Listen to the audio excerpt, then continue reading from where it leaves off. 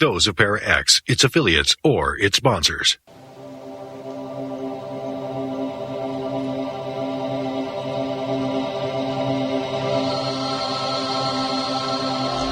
Merry meets and merry part, bright the cheeks and warm the heart. For tread the circle thrice about, to keep unwelcome spirits out. Bide within the law you must, in perfect love and perfect trust. Mind the threefold laws you should, 3 times bad and 3 times good. These 8 words the read fulfill, and ye harm none, do what ye will.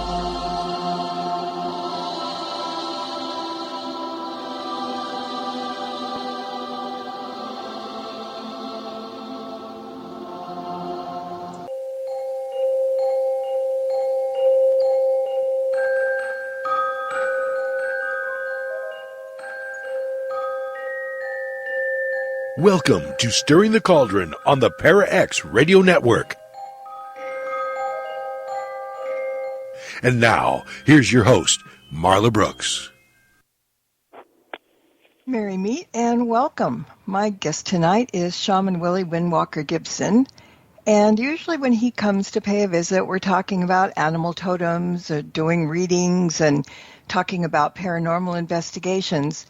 But I don't think we've ever talked about the exorcisms that he took place with actually Bishop James Long. And so tonight Willie's going to share stories about some of the worst demonic cases that they were on. Now, if anyone in the chat room has a comment or a question for Willie, just send me a private message. And if anyone is listening from outside the chat room and wants to comment, you're going to have to come over to paraxradionetwork.com. Hi, Willie. Step right up. Hi, Marla. It's going to be one of those spooky nights today, huh? Oh, yeah. I like that. Well, it's the season, so, let's scare people. It's always fun. But I got a couple of questions before we get into the stories, actually. In the Native American culture, are there demons, and is there a need for them to perform exorcisms? Marla, there's demons everywhere in every culture, yeah. That's why shamans were steps in to take care of those for the Native Americans. We do stuff a little bit different than the regular exorcists, but we have our own style of doing things. But yeah, there are demons everywhere. So when you go in with James Long, he does the Catholic thing with the Bible and everything, and then you are part of it and you're doing it the Native American way, or how does that work together? No, Bishop Long does his own exorcisms. Everything that I've done as far as getting rid of demons and things, I've done myself. Okay. He has sent me out to help other priests, but I have never done one actually with him. He is, I think he told me 32 of them, and he all did them all himself. Yeah, it's kind of amazing. So how do they differ the way you do it? I mean, you don't have a Bible or what, and who is it that you kind of take care, that you talk to kind of help get it done properly?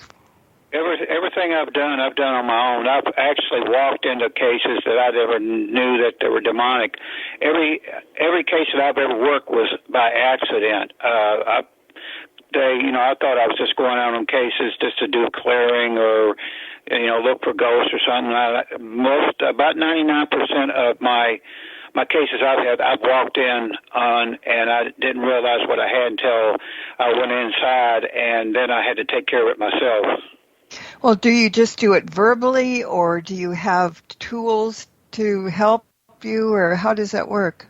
Well, yeah, I have ceremonies, and I have prayers, and I have when I go out, I have my medicine bag, which has salt in it and sage in it, and different other little things that I use to do the ceremonies with. And there's been times that I've walked in that I didn't have anything. I had to rely on my expertise on how I was trained and just just handle it there.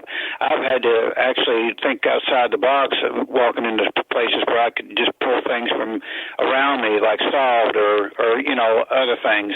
So it just depends on what the case is. Mm-hmm. So if you walk in, what makes you know that you're dealing demonically rather than somebody's, uncle that's all grumpy? Well, there's a lot of things. In that one case I worked where I pulled up and nothing was alive around the building, the house. The grass was dead, the flowers were dead.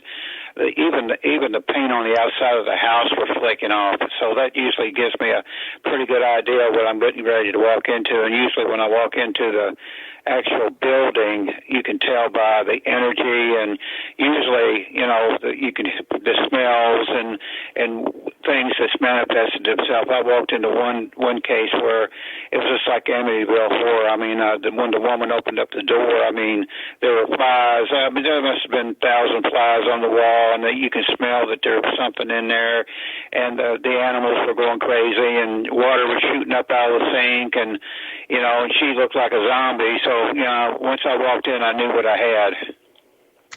Yeah. So how young were you when you started doing exorcisms? I didn't come actually out into the public till around 1988 when I got married and Shaman went out on cases with me. We were like the Ed and Lorraine Warren of the Native Americans, and it was about 1988 when I first got started. And then how I got started, I met somebody that had a paranormal team that asked me to go out with them on a case one time, Shaman and me, and that was my very first case that I walked into where they told me that they had already gotten the evidence, but they wanted me to come out and take a look with them. So they took me out, and when I walked into the building, and this was an apartment house, I knew what I had. Mm. So what kind of protection did you do, or for any investigations? How do you do before you step in, because you never know what you're going to find? Well, Shaman and me personally, we sage ourselves and we do a prayer before we go in, and we also have blessed objects that we wear, like necklaces and things, and most of them were supplied to me by Bishop Long, and of course I had my own blessed talismans and things when I walk in. Mm-hmm. Do you use kind of the same talisman for everything? Because I know people change off sometimes where they feel, well, I need to do this one and I'll take the other one, and, they switch over. I only have one thing that I wear, so, it works. So do you change it off any time? Well, usually when I go out, I wear the talisman that I made myself and blessed myself, and I had Bishop Long bless it. But here lately, I've been given a bunch of things like rosaries and medals to wear around my neck, and with Shaman, Bishop Long supplied to me too. And I tell you where that came by for me to have a little bit later on in the show. Mm-hmm. Have you ever had a demon follow you home? And if so, how did you get rid of it? Okay. Well, I might as well go ahead and tell this story. Oh, sorry. For years, all the investigations that I have done and walked into several demonic cases, I think I can count on one hand the real demonic cases that I've done, and 3 out of 5 of them were with the same deity or demon, and I think the thing was just messing with me for years because I've ran into the same one for years. So I managed to get rid of it, I don't know how many times, or run it away from the area or the apartment or the house where it was occupying. And, you never know what you're going to run into, but people don't really know how the demons work. I mean, you see these television shows where, come on out, I know you're a demon. I want you to hit me, scratch me, let me know you're here, and nothing happens. Well, actually, things are happening, but in their own time. They're standing back and say, this is my time. I'll just wait, and I'll take care of you later. Well, I did this for about 20 years, and and then Shaman started getting ill about, 10 or 12 years ago. I mean, she broke her back, she broke her ankle and had to spend several months in the hospital. And then, during down that time, she was constantly getting sick, and I was putting healing on her and using all my energy, to make her well. So back in June, she had a wound come on her leg, and it turned into blood poisoning and had to be amputated. Mm. So, I put all my energy and faith and everything to help with that. About a month after that, she was sitting in her wheelchair, and she fell out of the wheelchair and broke her left hip. Mm. And I said, something ain't right. This house doesn't feel right. I don't feel right. So I contacted Bishop Long. He don't live far from me, about 50 miles, and I told him, Bishop, something is not right in this house, and I don't feel right, and I've been hollering at Shaman and cussing at her, and she's been, in 2 months' time she had lost a leg and I broke a hip, and whatever it was really coming down hard on her. So I said, he said, I'm going to come over to the house and see what's going on. So about a week later, he came over, and he walked in the house, and right away he knew, he felt something. And he looked at me, and he looked at Shaman. He set us down, and he started talking to me and everything. The more and more he talked, the more I got mad and furious at him. And I didn't say anything, but I just got madder and madder. So he just kept talking to me. He says, you know what? I've got some blessed objects here. I want you to take these objects, and they were necklaces, Benedictine necklaces, and I put it on. He blessed them, and he put it around my neck, and he put Shaman's on, and then he took out some rosaries, and he blessed them, and he gave her one and me one. And right away, when he gave me that rosary, I just lost all sense of what was going on around me. It was just like I was transported someplace else. I could see mist, and I could hear her laughter, and then this face came up on me, in front of me, and it was Jesus, and he was laughing, and the crucifix that I was given, it got, and it was, in my mind it was upside down, and he was saying, he was just laughing and laughing and laughing, and and Bishop Long was talking to me, but I couldn't hear what he was saying.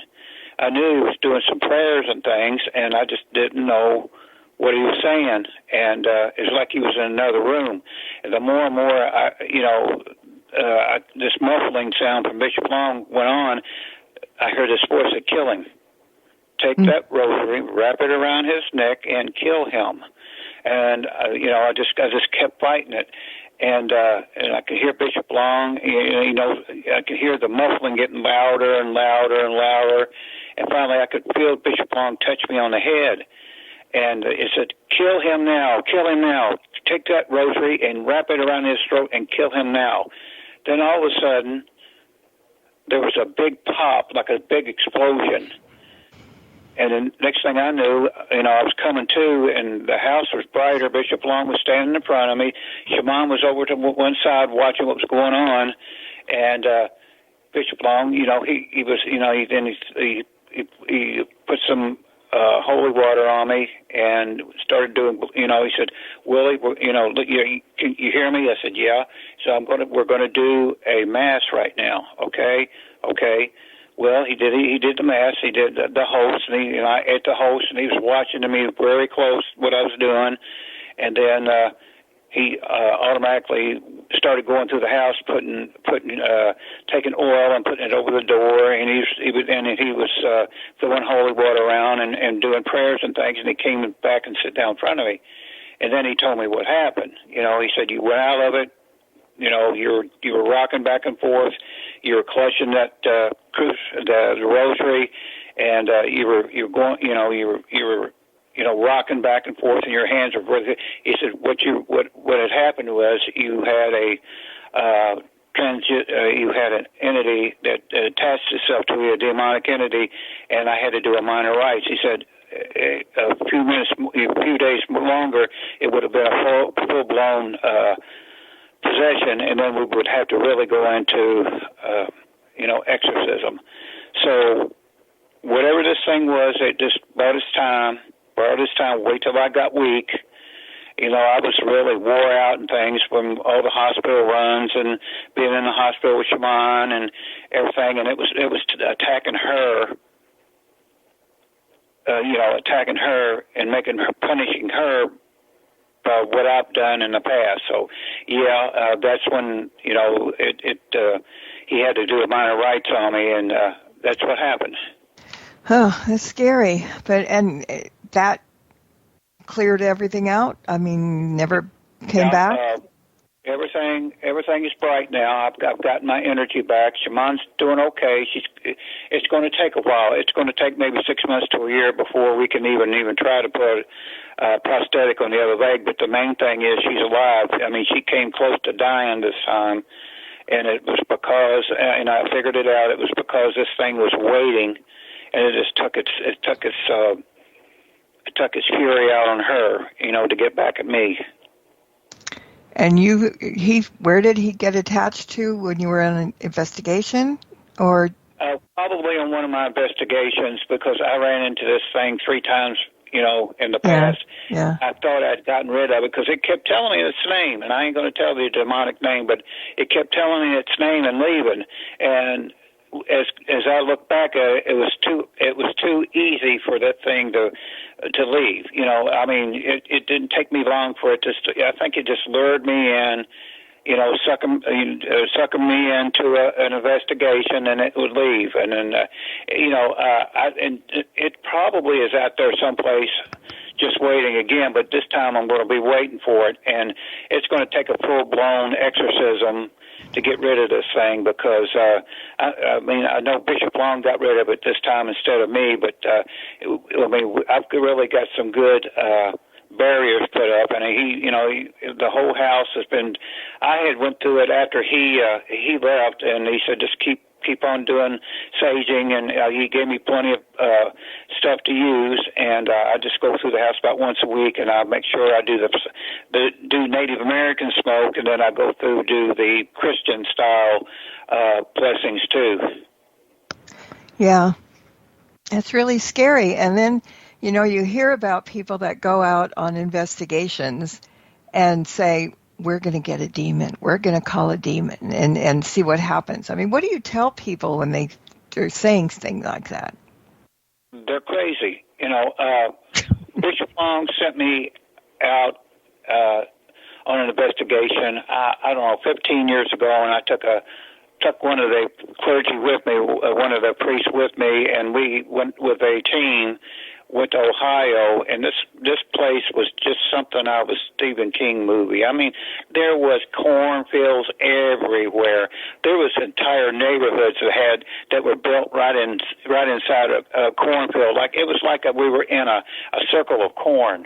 Mm. So we went to this house that was having problems, and we go up and knock on the door, and as you walk in, you could tell the people was under oppression because they were like zombies, and there was kids involved. There was a baby involved in this too, 4 or 5 months old baby that we had to take out and bless before we even started on the house and the people.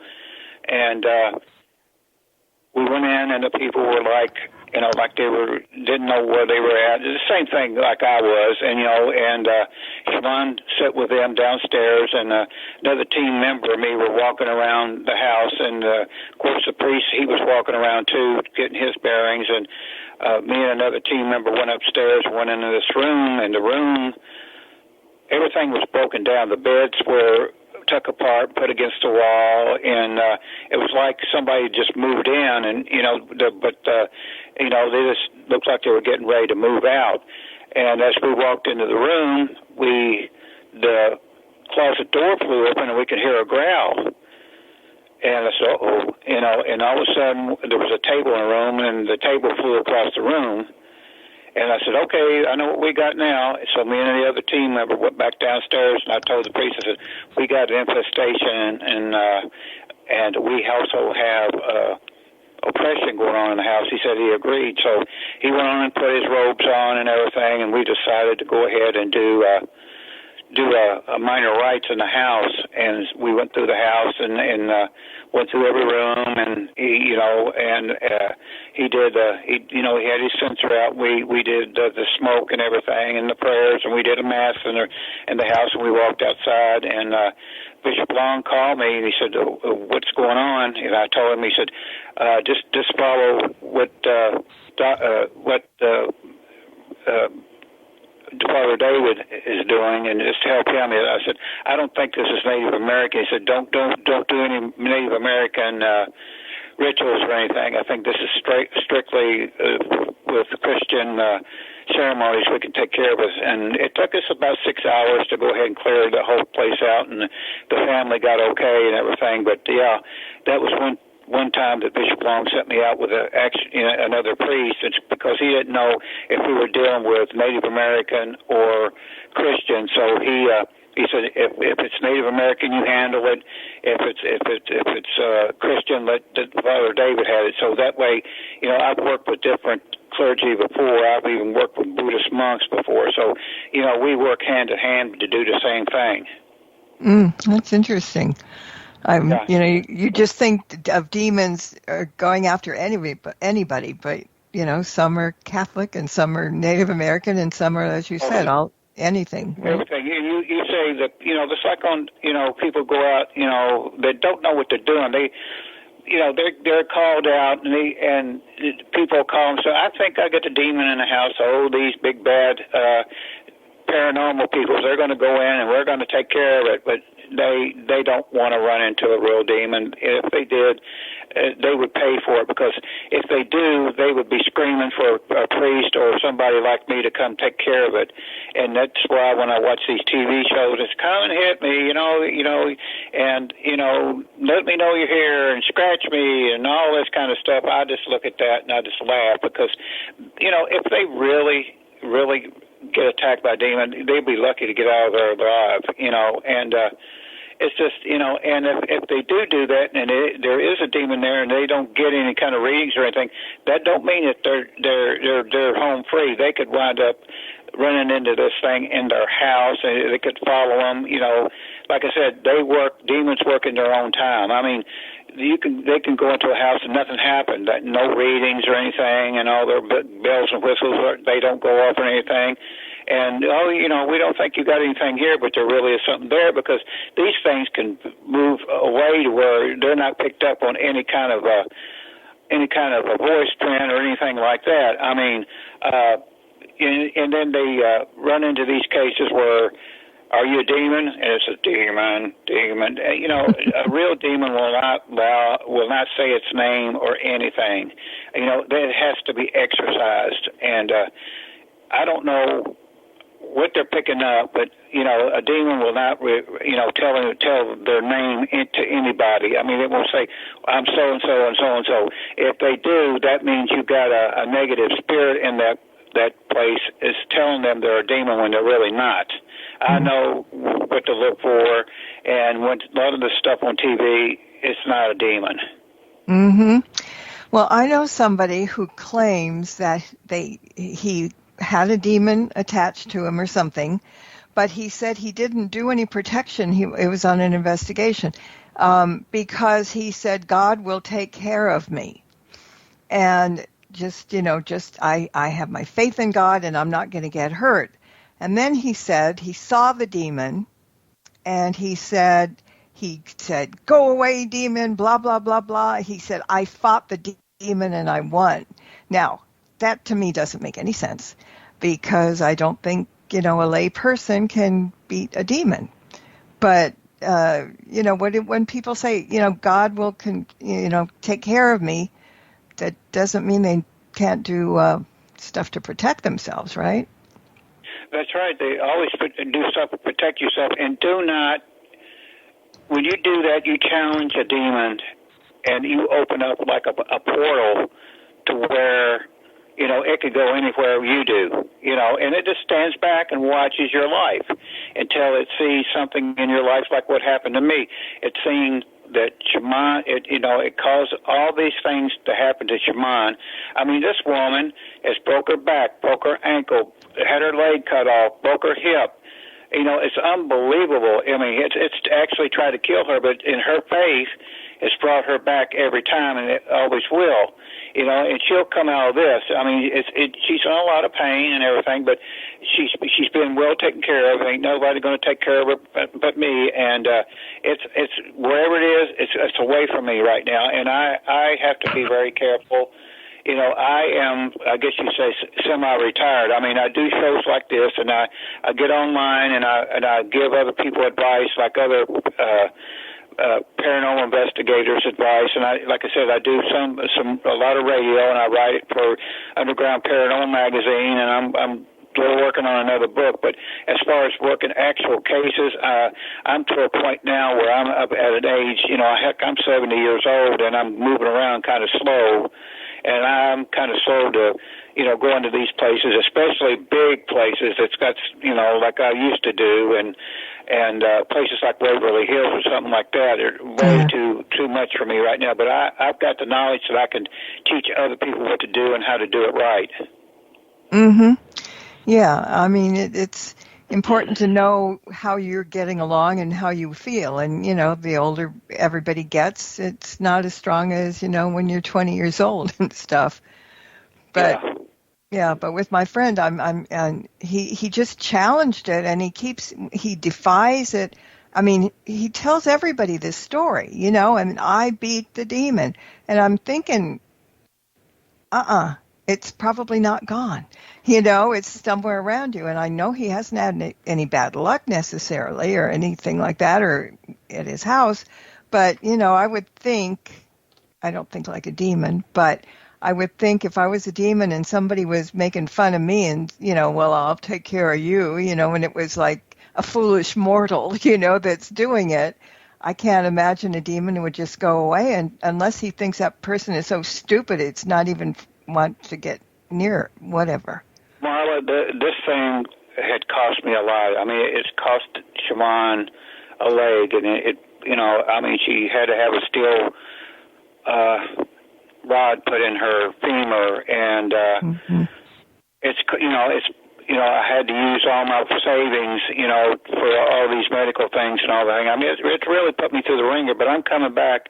I'm coming back stronger, and I don't think it wants to challenge me anymore because it knows I'm ready now, and I'm more stronger than I was because I was really wiped out. I mean, at one point I had to go into the emergency room because I just passed out on the floor. I was so weak. So I'm stronger now. He did the minor rites on me. I've got my other tools, and Shaman's going to make it through this. I mean, like I said, she has her good days and bad days, but people don't go out and challenge. You don't have, I don't care if you've got 20 years experience in paranormal investigations.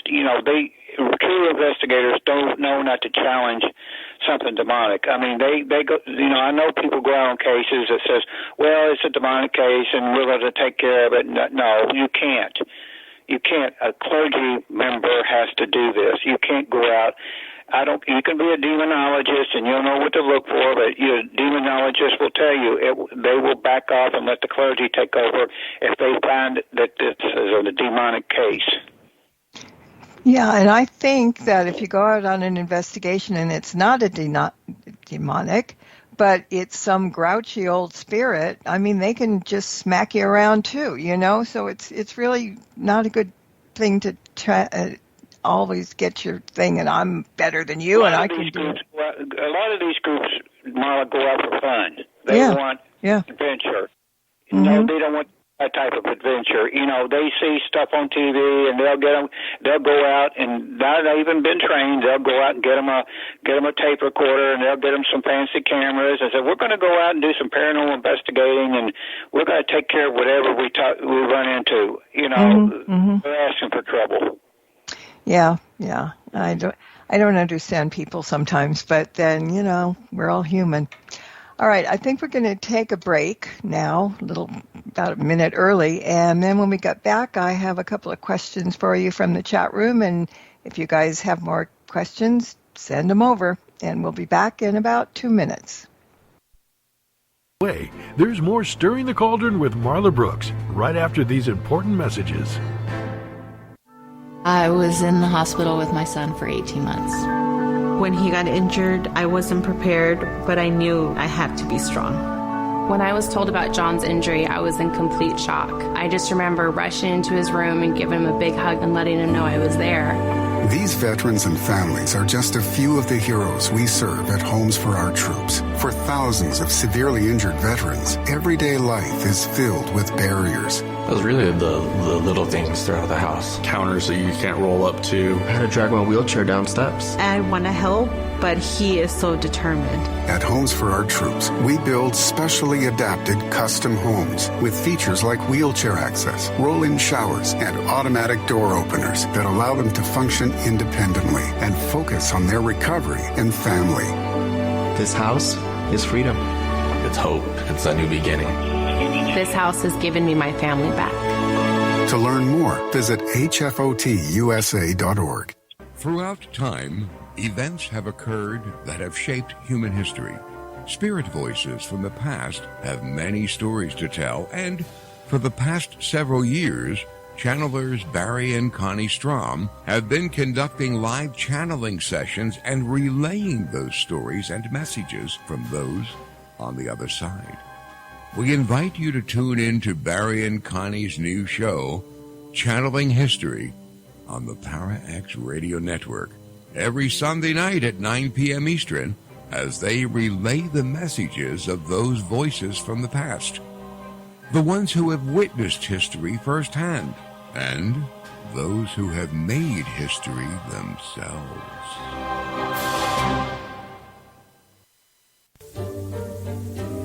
Hey everyone, it's Marla. If you like tonight's episode of Stirring the Cauldron and the archive podcast as well, take a look at the show's YouTube channel and check out the dozens of shows that are there just waiting to be heard. New shows are added each week, and while you're there, why not subscribe? It's free. And if you click on that tiny little bell icon at the top of the page, you'll be notified when new shows are available. Just go to youtube.com and then type in Stirring the Cauldron ParaX and the link will appear. Just like magic.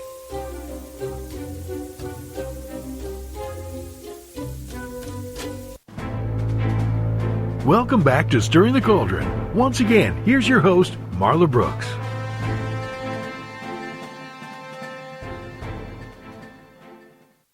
And Willie Windwalker Gibson is our guest tonight, and he's talking about some of the worst demonic cases he's worked on. And I've got a question from the chat room. She's wondering, she says, can you draw a demon by just thinking about them? You mean like artwork?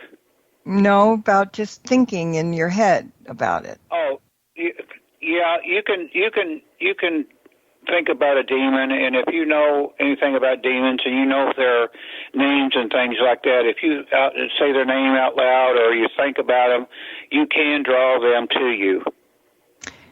And she also said, how do they find us? They're everywhere, and demons go after people that are in trouble, like they could be drug addicts or alcoholics, or they're having troubles at home, or you're into stuff like the paranormal, and like if you're an investigator and you provoke a lot and stuff like that. You can draw demons to you like that. They pick the ones that they know that they can manipulate. So that's kind of what they just go around looking for somebody to get, or what? I mean, they do other things. They pick people that are weak for some reason. Where be it for drugs or alcoholism, or people that just don't believe in God, or they're constantly drawn to evil things. It depends on what the situation was. I mean, you can go to church 3 times a week, but going to church that won't necessarily save you from a demon if they find a way to get to you. So they just go after people all the time, or they make chaos all over the world, bad things, wars, all that kind of stuff? They control, certain people like, like people like Hitler or stuff like that. He was tailor-made for a demon, and I believe that Hitler was under demonic possession myself. Yeah, I mean, demons go back as far as history goes back. There's always been, talk about demons. But a lot of people get demons crossed up again with a spirit that's just pissy all over the time and, wants to smack somebody, and sorry, they're on the other end, or maybe they're guilty from something they do, and they make a lot of noise and trouble too. Like I said, I have worked cases to where the entity is, just tell me it's a demon, and it yells out the demon's name and all that kind of stuff, and I just laugh at it and say, "You're not a demon. You're not a demon. You're a punk, and you're getting ready to be taken out of here." And then I'll do my thing and do a ceremony, and I'll do smoke, and I'll run the thing out. A demon will not tell you its name. It just won't. And if an entity tells you I'm a demon and I'm so and so, that's what I can't understand on watching some of these TV shows. The demon will tell its name on a piece of equipment, and it'll holler out a demon's name. A demon will not tell you its name unless it's exorcised. And when the priest says, "Tell me your name," and when it reveals its name, then the priest knows he's done his job, and the demon will be gone. Like I said, I've ran into a lot of cases where the entity will tell me it's a demon and it's so and so, and I'll say, "No, it's not." And then I show them who's got the real power, and it's usually me, and it's taken, and I do the clearing. Got another question. When you do exorcisms, do you become a beacon for the demons? Do they know who you are and what you do? Yes, they know who we are. Bishop Long will tell you he's been in this long enough to know that demons know who he is, and now demons know who I am too. But hopefully I can keep them at bay now that everything that I've gone through, and I think it's made me stronger what happened to me, to tell me, I'm, you're not invincible. They wait until you're at your weakest point, and then they'll attack. And I've made a promise to Shaman and me. I said, I'm never going to get this weak again. I can handle this now. I know what's going on. Another question. So if you don't know their names, you're fairly safe, right? Yeah. You have to be, if you take demonology and stuff like that, you can read who the demons are and stuff like that. But I wouldn't, even demonologists will tell you they don't even say the word out loud, but they know the word when they see it. Yeah, you just got, just because you know a name doesn't mean you're gonna draw it in. I mean, but if you dwell on it and give that entity that power, it will be drawn to you. Yeah, see, because I think people are afraid that you can, get attached just out of the blue, but, somebody that, like you said. You have to be invited. Oh, that's good. That's good to know. The girl asked the question, Kathy asked the question, she goes, "Wow, that answer gave me the chills." So, yeah. It's just like if people don't know what they're doing, they go out and get a Ouija board. And, these games are, people think it's a game because you buy these, places that sells toys. And they'll take that thing home and they'll start playing with it and opening up a portal, and anything can come out of there. I've had so many cases like that where I've had to go back and take care of things and, close portals and all kinds of stuff because these Ouija boards, they allow whatever it is in, and they don't realize a demon can come through like a Ouija board. A demon I've had cases where I've had to actually seal off mirrors. and portals in houses, and sealed off closets and all kinds of things. I had a case where a house was infested, and we had Shaman and me went in and took care of it because we were called out by a paranormal team. The house next door was vacant, and this demon was going back and forth, and I closed off one side of the portal, but I couldn't close off the other side because the house was vacant, and I'm not about to go into somebody else's house and start doing stuff. So I was able to take care of half of it, but as far as I know, that house is still wide open with activity. Yeah, it's scary, you know. I mean, some people don't believe in demons. Well, some people don't believe in spirits either. You know, but so the ones that don't believe in them, are they more targets for demons, perhaps? Yeah, I would say they are. That's my own personal opinion. You know, if they don't believe in them, or they're atheists or whatever, and they don't have any kind of a spiritual protection, you know, they're just leaving yourself wide open to, you know, they'll stand back until, like I said, until your weakest point, and they'll move in. They just do it for fun, don't they? There's no particular reason. Yes, yeah, this evil. They don't care. They want to kill you. And Bishop Long will tell you the cases that he's worked, and I know a few of them. He's told me about them, and they were really, really nasty. And you know, he really's gone through it. I mean, even if you ever seen Bobby Mackey's the episode from Ghost Adventures, where he had to go into Bobby Mackey's and went down in the that portal of hell was, whatever that is, you know, and he actually had to do minor rites down in that thing, and it didn't show it on TV, but Bishop Long was you know, he was kind of, you know, pushed around a little bit, and he had to really come back strong to show this thing who was the boss. But yeah, I mean, people that like Bishop Long and me, I mean, we, you know, like I said, the things that I have taken care of, I haven't been called out on, like, hey, Willie Windwalker, can you come by, you know, and check out my house? I think I got a ghost, or whatever's going on. I think it might, you know, and I'll walk in there, and it'll be that. It'll be something else. And I never put my shingle out that I am you know, an exorcist or anything like that. I just walk into a situation where I had to fight my way out. All right, we've got another question. What is a telltale sign that you're dealing with a demon or just a negative entity? Well, you know, a lot of people, you know, like myself, when I go into investigation, you know, if I think it's a regular investigation, you know, I will sit down and talk to people and ask them a few questions, what they're into, you know, have you been playing with a Ouija board, stuff like that.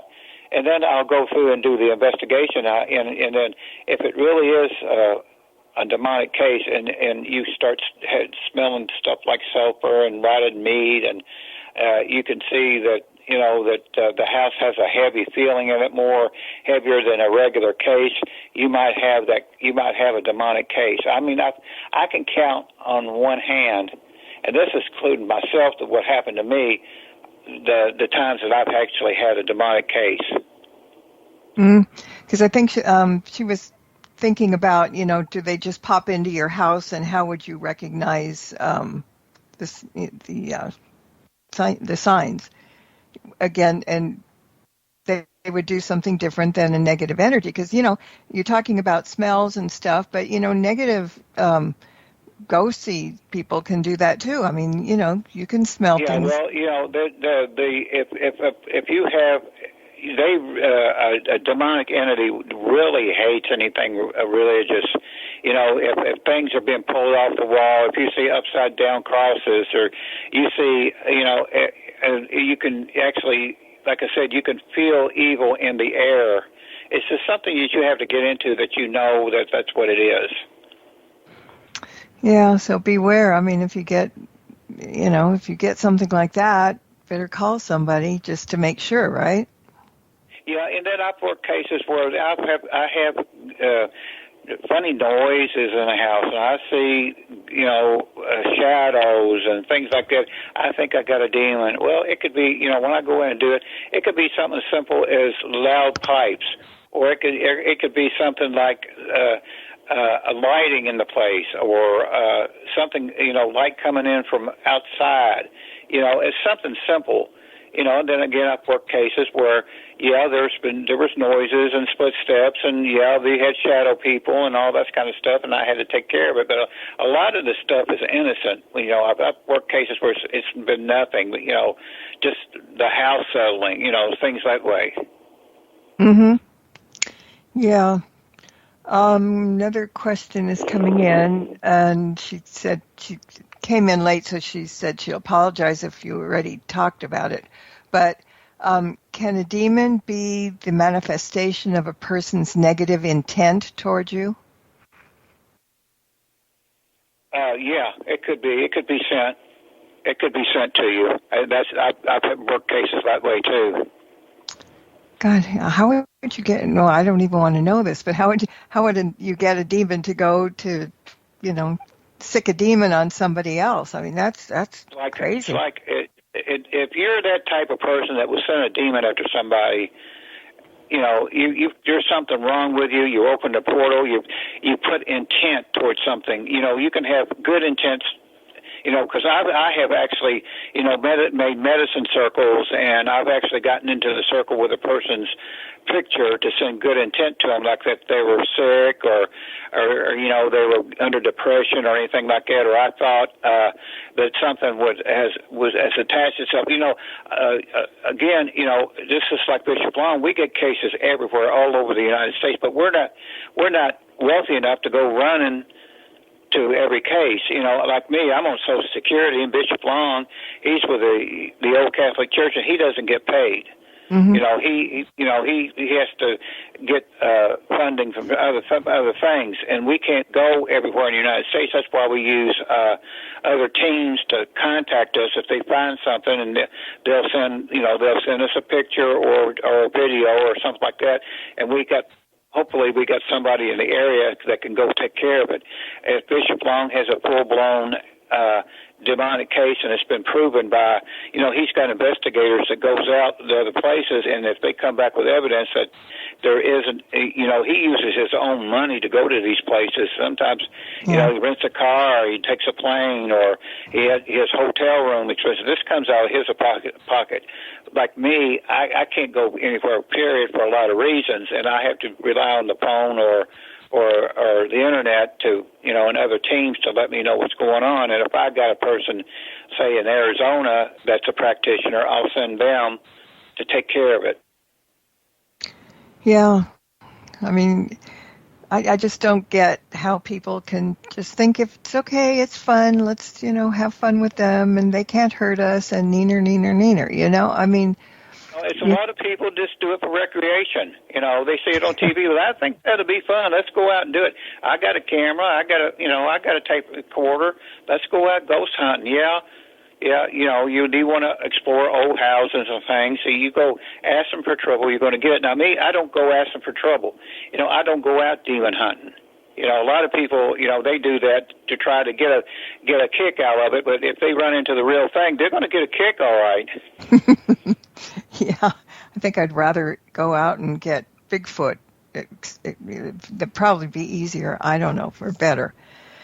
So give us another example of one of the bad things that happened. I mean, the difficult ones on you when you've been out.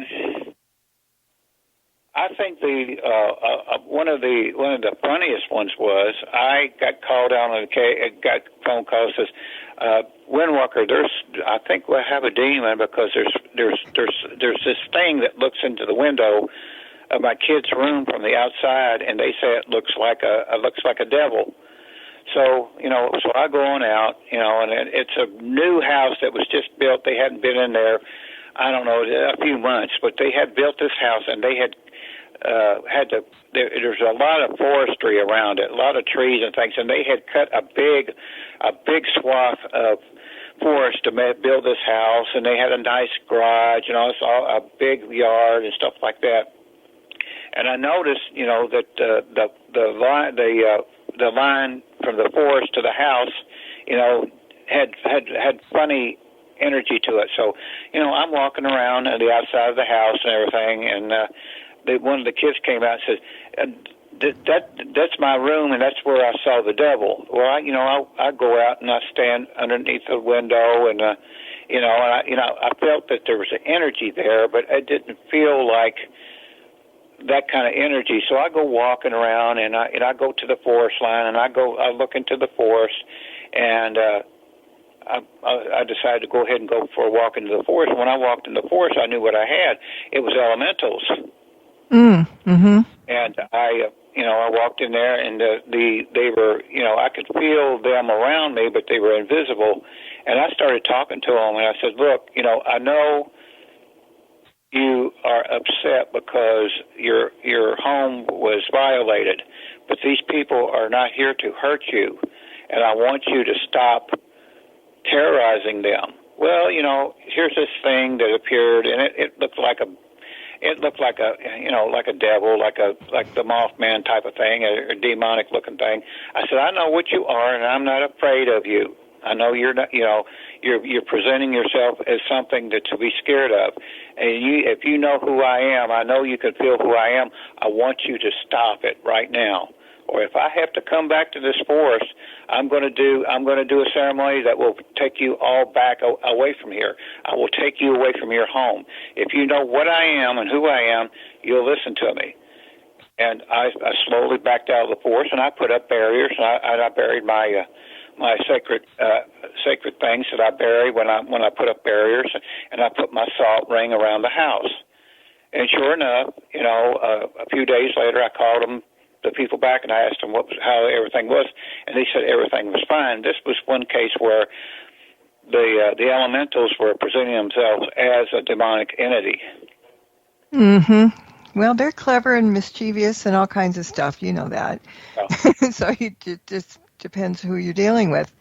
And then I had a case that was really bad. I started telling you about it a while ago, where the lady, had the dead energy around the house and stuff like that. Well, when I walked in there and saw the woman, I went ahead and set her down. I said, "Be still." And then her dogs were trying to get at me, and I told them to be still. And I told there was a giant parrot she had in a cage, and I told it to be still. Well, I walked through the house, and like I said, water was coming up through the drains, and there must have been 1,000 flies on the wall. The house looked like it had been tore up. There were food laying everywhere, And I found this door, and I walked down to the basement. The basement had about a foot of water in it. So I said, "Oh man, this is bad." So I walked back up, and I started walking back through the house again. I seen all these dolls along the bottom of the walls.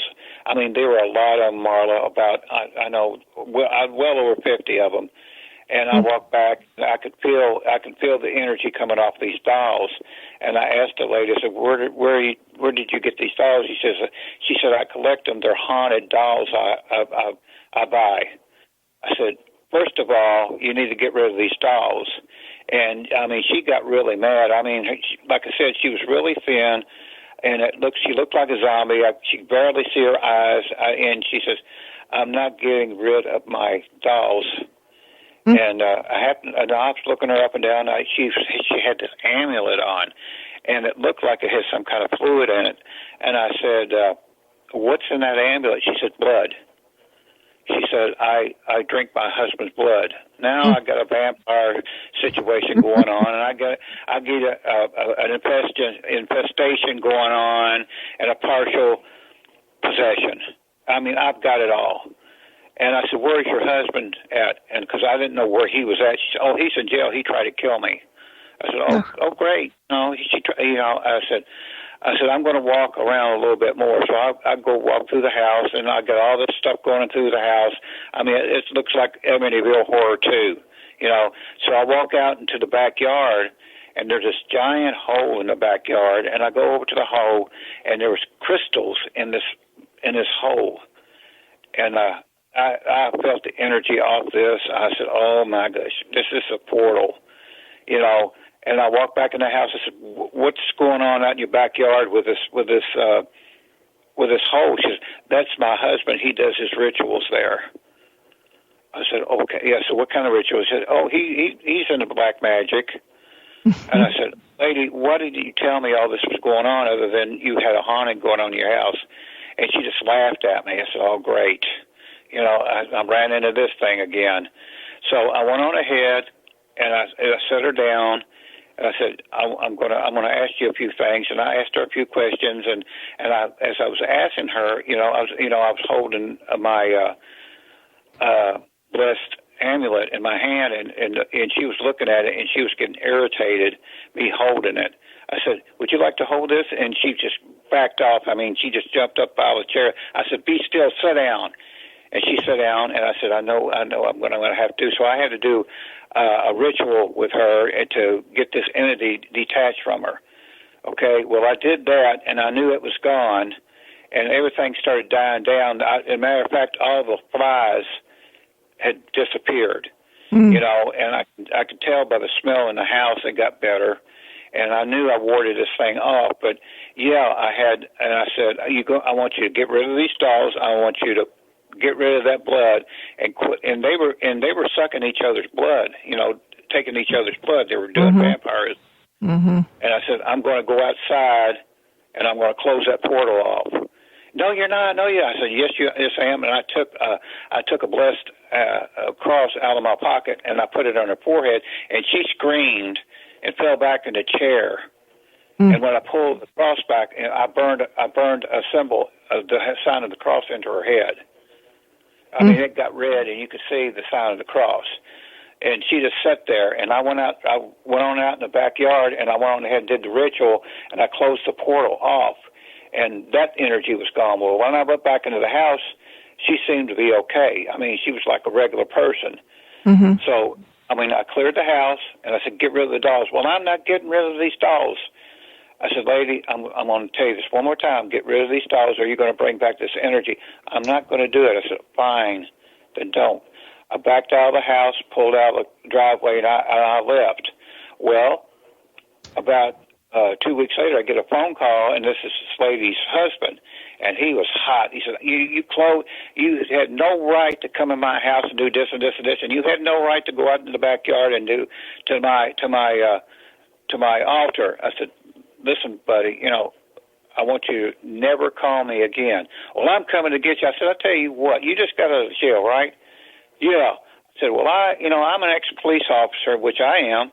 I said, I got some friends down there. How would you like me to call them and tell them what you're doing, let them come up to the house and pick you back up and take you back to jail? Did you like it there? No. I said, well, don't call me no more. Do not. And don't make me have to come back over to your house, and I'll show you what I can really do. And he never did call me back. So I just, if people do not listen to me and they want to go back and do whatever they want to do in black magic or whatever called demons, then that's up to them. But I did my job, and I left. There you go. Speaking of leaving, we have to now because their time is up. Where can people find you if they need you? I'm on Facebook, Willie Gibson. Okay, that's easy.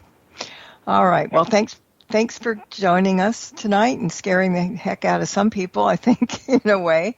And it's always a pleasure to have you here. And want to thank everybody who's listening in to the podcast or live here now. And until next time, everybody, blessed be and merry meet again. Good night. Thank you for tuning in to this episode of Stirring the Cauldron with Marla Brooks. Please join us again next week at the same time for another great guest and more cauldron stirring. Any rebroadcast or other use of this program without explicit permission is strictly prohibited. Copyright 2024. The Mysterioso March by Kevin MacLeod is licensed through Incompetech.com.